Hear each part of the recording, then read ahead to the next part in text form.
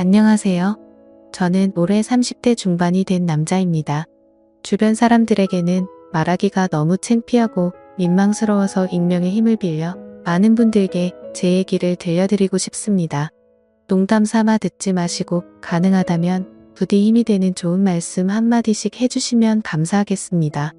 우선 제 와이프에 대해서 얘기를 해드리겠습니다. 연애 시절부터 느꼈지만 정말 여자가 맞나 싶을 정도로 남자를 많이 밝히는 그런 스타일이었습니다. 하지만 그때는 콩깍지도 씌었을 뿐더러 결혼하고 애 낳으면 생각도 성격도 많이 달라질 거라 생각했었죠. 아무튼 와이프는 연애 시절부터 남자가 지나가면 눈이 돌아간다든지 휴대폰 안에는 연예인들의 건강미 넘치는 그런 사진들도 가득하더군요. 심지어 차마 남자들조차 보지 않을 법한 그런 영상들도 있는 걸 보고 깜짝 놀랬죠. 하지만 뭐 다 큰 어른이고 충분히 그런 걸 볼 수 있다고 생각했습니다. 하지만 문제는 연애 시절부터 발임기가 다분했었던 것 같습니다. 전 남자친구랑 연락하다가 걸린 것도 몇 번 됐었고 친구들끼리 술 마시고 헌팅해서 알게 된 남자랑 연락을 주고받다 걸린 적도 있습니다. 하지만 관계까지 가진 건 아닌 걸로 알고 있어서 참고 만났던 거죠. 지금 생각해보면 그때 당시에도 술 마시고 연락 두절이 된 게 몇 번 있는데 정황상 사고를 치지 않은 것 같아서 넘겼는데 그 진실도 이제는 알 수가 없을 것 같네요. 사실 대부분의 남성분들은 잘 아실 겁니다. 제 와이프는 모든 남자들이 뒤돌아볼 만큼 인기가 많았습니다. 하지만 결혼한 지도 3년이라는 시간이 지나다 보니 연애 때만큼 그렇게 확 땡기지 않더군요. 그래도 와이프가 너무 밝히는 스타일이다 보니 일주일에 3번 이상 의무적으로 와이프와 좋은 시간을 보냈었습니다. 저희 부부에게는 아내의 욕구가 강하다는 거 알고 정말 서로 아무 문제 없는 그냥 평범한 대한민국의 30대 초반의 앞날을 생각하며 열심히 살아가는 부부였습니다. 그렇게 저희는 평범하게 잘 지내다 제가 장기 출장을 가게 되었습니다. 한 반년 정도를 지방으로 가게 됐던 거죠. 가기 전부터 와이프는 난리가 났습니다. 자신도 회사를 그만두고 따라갈까라고 물어보며 6개월 동안 혼자서 지내면 외로워서 미쳐버릴지도 모른다더군요. 참으로 답답한 소리를 하는 아내가 황당했죠. 일을 그만두면 직장이 바로 구해지지도 않을 뿐더러 저희가 신혼부부도 아니고 6개월을 못 기다려서 일까지 그만두고 따라온다니 저는 많이 당황스러웠죠. 그래서 굳이 혼자 있어서 외로운 거면 친정이라도 가 있으라고 했습니다. 길다면 길고 짧다면 짧은 시간이지만 와이프는 계속해서 직장까지 그만두고 따라가겠다고 아주 성화를 부렸습니다. 그때까지만 해도 6개월 동안 자주 보면 되겠지, 무슨 문제라도 생기겠어 라는 마음으로 저는 너무 안일하게 생각했었습니다. 아니 어찌 보면 제 와이프의 실상을 알게 되어서 다행이라면 다행이겠네요. 처음에는 와이프가 참으로 지극정성이었습니다. 제가 출장을 간 곳이 차로 왕복 6시간이 넘게 걸리는 곳인데 한 달 동안은 거의 매주 제 숙소로 찾아오더군요. 남자 혼자 살면 밥 굶는다고 밥이며 반찬이며 아주 바리바리 두 손 가득 싸들어서요. 그때까지만 해도 저는 와이프를 너무 잘 얻었구나 싶었습니다. 신혼도 아니고 결혼한 지도 벌써 3년이 훌쩍 넘었는데 남편이 출장 갔다고 이렇게 챙겨주는 여자가 이 세상에 어디 또 있겠습니까? 그때까지만 해도 정말 저희에게는 아무런 문제가 없었죠.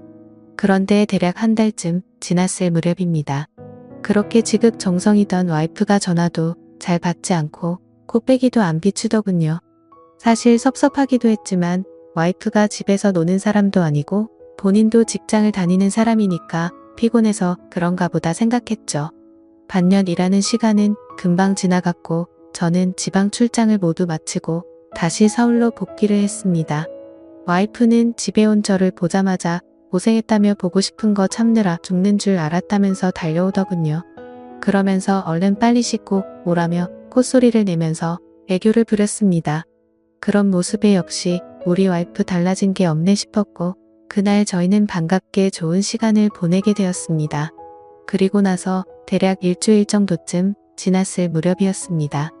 소변을 보는데 좀 따끔따끔하더니 생전 겪어보지 못한 가려움이 몰려오더군요. 저는 처음에 뭘 잘못 먹어서 이런가 보다 생각을 했고 밖에서 다른 짓을 한 적이 없으니까 병이 생긴 거라고는 생각조차 못했습니다. 병원에 찾아가기도 민망했었고 그렇게 며칠 동안을 미루고 또 미루었죠. 하지만 시간이 지나갔음에도 점점 나아질 기미가 보이지 않았고 오히려 이상한 분비물도 묻기 시작했고 소변을 볼 때 통증은 더 심해지더라고요. 그래서 저는 결국 도저히 참기가 힘들어서 창피함을 무릅쓰고 병원으로 찾아갔죠. 병원에 갔더니 검사를 해보자 합니다. 의사 선생님은 분비물이 묻고 소변 볼 때 통증이 있고 가렵냐고 묻더라고요. 이게 딱 봤을 때는 임질이라는 병과 증상이 되게 비슷하다고 했고 최근에 관계를 가진 적이 있는지 물었습니다. 그래서 저는 관계는 와이프 말고는 따로 없다고 대답을 했죠. 의사는 저에게 정확한 원인을 알기 위해서 정밀 검사를 받아보라고 권하더군요. 그때까지만 해도 이 의사 놈이 환자 가지고 장사하는구나 싶었습니다. 근데 그때 당시에는 빨리 치료를 받고 싶을 뿐 다른 생각은 할 겨를도 없었습니다. 그렇게 저는 검사를 받았고 결과를 보고 난 뒤 정말 제 눈을 의심했습니다. 임실에 헤르페스에 곤지름까지 생겼더라고요. 곤지름은 아직 잠복기라서 딱히 증상이 나타나지는 않았는데 검사를 해보니 균이 나온다고 하더라고요.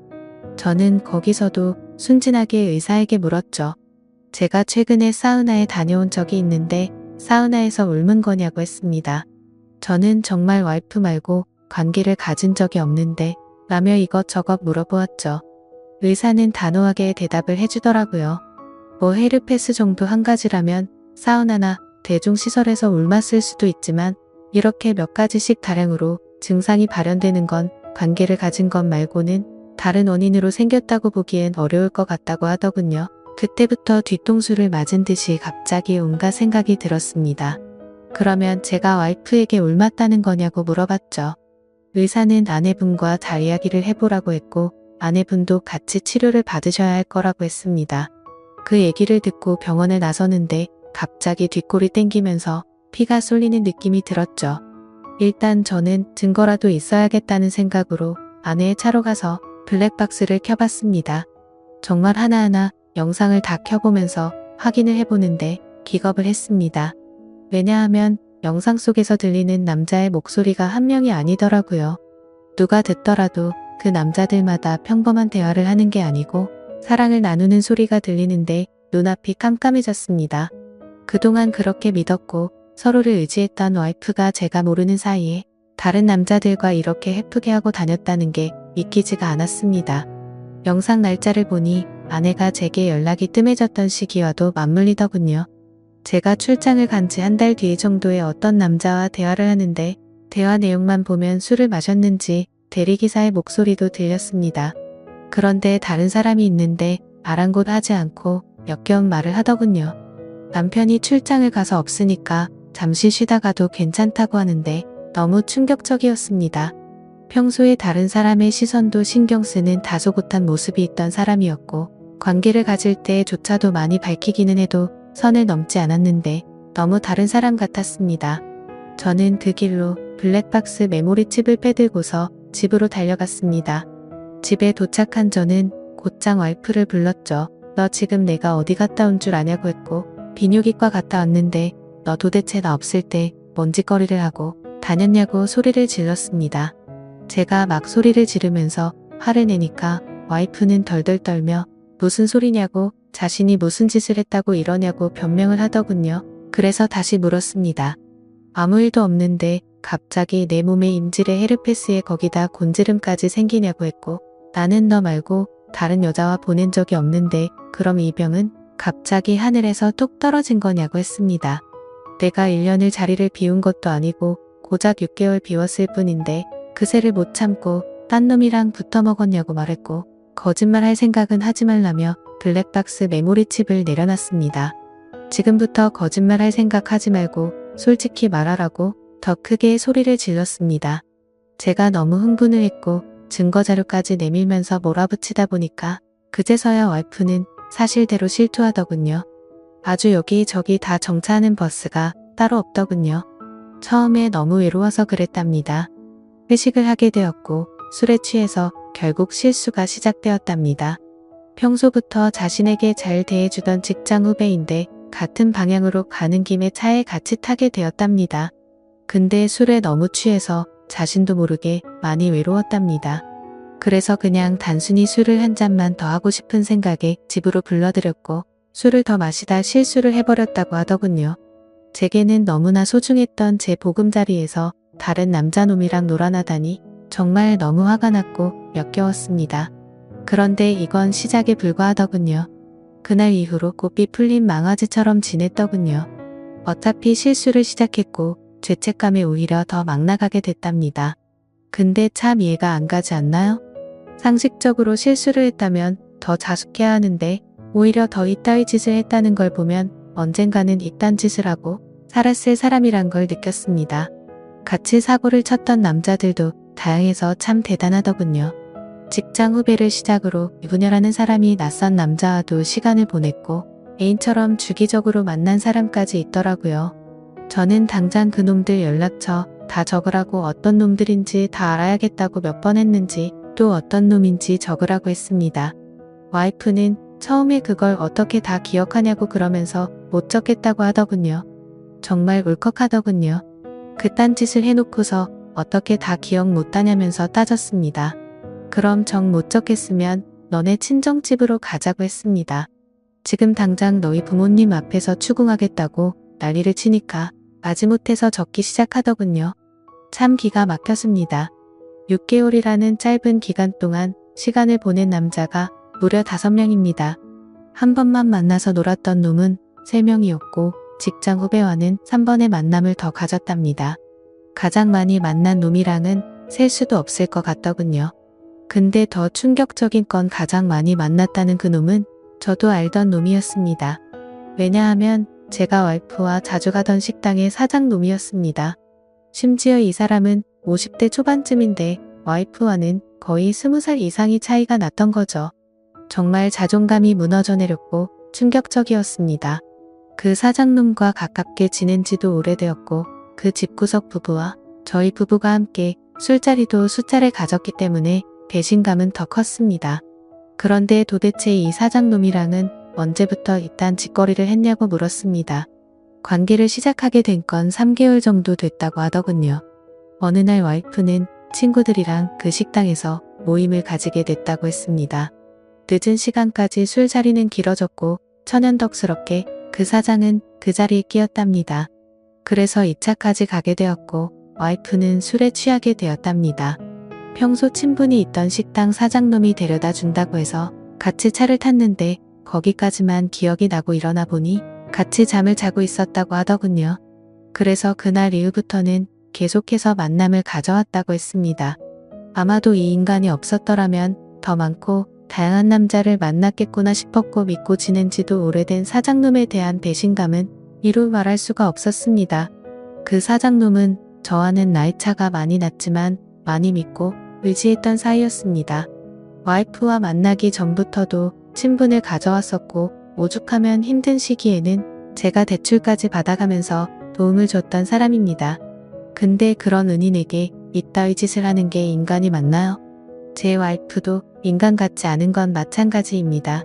하룻밤을 비롯해 5명의 남자들과 만남을 가지고 그것도 모자라서 남편의 지인과 바람까지 피다니.